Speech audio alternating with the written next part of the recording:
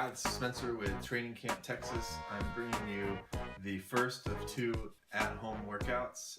These workouts are going to feature a warm-up, they're going to feature a strength section, and they're going to feature a finisher section. These workouts this week are going to be run as intervals, so you'll have work time and rest time. It'll be strict. These will start with 30 seconds of work, 30 seconds of rest, and the finisher will be shorter, 10 seconds of work, 10 seconds of rest, with 3 to 5 rounds for the strength exercises and 6 to 8 rounds for the finisher sections. Below in the description, I have the workouts laid out and you can copy and paste into your notes or copy and paste into a Word document. So at first you're going to have your warm-up.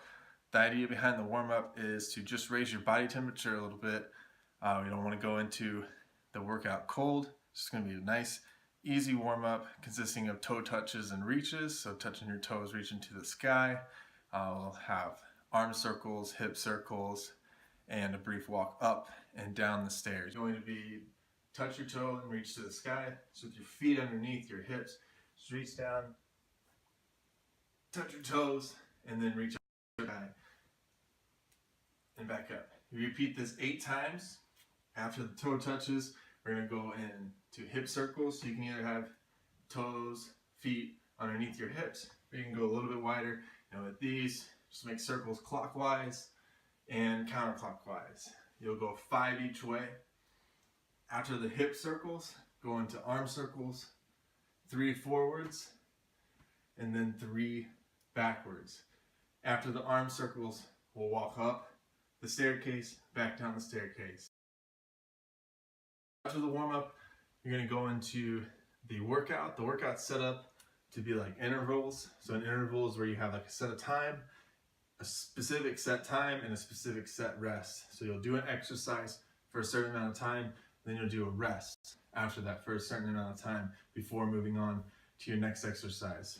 For this first workout, you're going to have 3 movements. First movement being a squat, second movement being a push-up, and the third movement being a core movement. So the first exercise you'll be doing is a squat. There's 2 progressions for this. There is the free body weight squat, which you'll do without any implements, just squat down and then squat back up. And then the second progression, you'll have a seated squat or a sit to stand.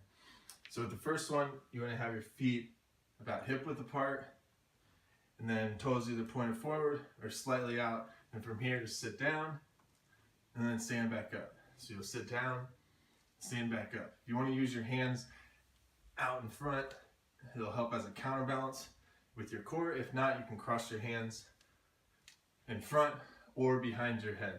So you'll do that for 30 seconds and you'll have a 30-second break. The progression or regression for the squat, if you can't do just a normal bodyweight squat, is to use a chair, a bench, a box, or your bed. I have a chair. So just do what you call the sit to stand. Same exact thing as the squat without the chair, except now you have an implement to sit down into. So for the sit to stand, you'll have the chair, stand right up next to the chair, sit into the chair, and then stand back up. And you'll repeat, sit into the chair, and stand back up. Again, you'll do this for 30 seconds, and you'll have a 30-second break. So the first variation of the push-up is your regular push-up. On the setup, you want to have your hands, so your wrists, elbows, and shoulders all in line. We don't want our hands above the shoulder or too far below or too far out. You want a straight line, wrists, elbows, and shoulders all stacked up. You're going to get into a nice level plank on the floor. So it'll look something like that. And then from there, you want to make an arrow with your body. So we don't want the elbows in too tight. You don't want the elbows in too far out. You want it right in the middle, about 45 degrees. So you make a nice arrow with your body. And then think about pulling yourself to the ground and then pushing the floor away from you. So while on the ground, you'll pull yourself down and then push yourself away from the ground. So the second variation of the push-up is an incline push-up. So from here, we're taking our hands from the ground and we're inclining them. So again, you'll get into the same push-up position. So straight line, wrists, elbows, shoulders are all stacked over each other. From here, you can use a bed, a counter, or a sofa to incline yourself. So just place your hands on whatever you're using to incline your body, and then get into that nice straight plank. And then same thing, think about pulling yourself to the bed and then pushing the bed. So our third exercise in the workout is going to be a pledge plank. So we're going to use our push-up position again, and this time we're doing the Pledge of Allegiance. So we're working on our abs, both anti-extension and anti-rotation. So we're working that whole, what they call 3D, the 3D core. So you'll get into your push-up position that you were just in after your 30 seconds of rest. And the first variation that you'll have is just like the incline push-up. So with the incline push-up, again, your hands are inclined off the ground. So you're getting into your push-up position, and then from there you're going to tap the opposite shoulder with your opposite hand.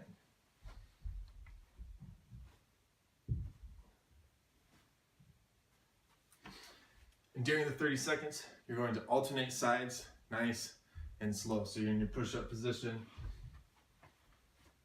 tap the opposite shoulder, back down, tap the other shoulder. And while you're doing this, when you lift your hand up, your body's going to want to rotate. You're going to hold your position to resist as much rotation. So the second variation of the pledge plank, again, you'll be in your push-up position. You'll perform the same movement, taking your hand to the opposite shoulder. So you're in your nice level plank. Take your opposite hand, touch the opposite shoulder, back down, and alternating sides. Now we're moving on to the last part of the workout, which is called the finisher. We're sticking with our interval type workout, so a set amount of time, set amount of rest for your exercises. We're just going to do 2 exercises that involve the left and right side of your body, and they're going to be called a knee drive. So just standing still, you're taking your knee and driving it up. You're going to have 10 seconds on your right side, up and down, and then 10 seconds on your left side with a 10-second rest period in between those. So again, you're taking the right or left side, whichever one you want to start with, up for 10 seconds, and then rest 10 seconds. And then again, 10 seconds on the opposite side, and then rest. And you'll go back and forth between those two for the set amount of rest. So that was workout number 1 for at home. Again, if you want to go to the beginning of the video, I'll have the workout listed out for you. You can screenshot it on your phone, screenshot it on your computer, or I have it down below in the description. You can copy and paste that into your phone notes or a Word document. I hope you enjoy this. If you have any questions, I have my email down in the description. It is also on the screen. That is my personal email. Feel free to send any questions, comments my way, and be sure to subscribe to this YouTube channel and go over to Facebook and like our page.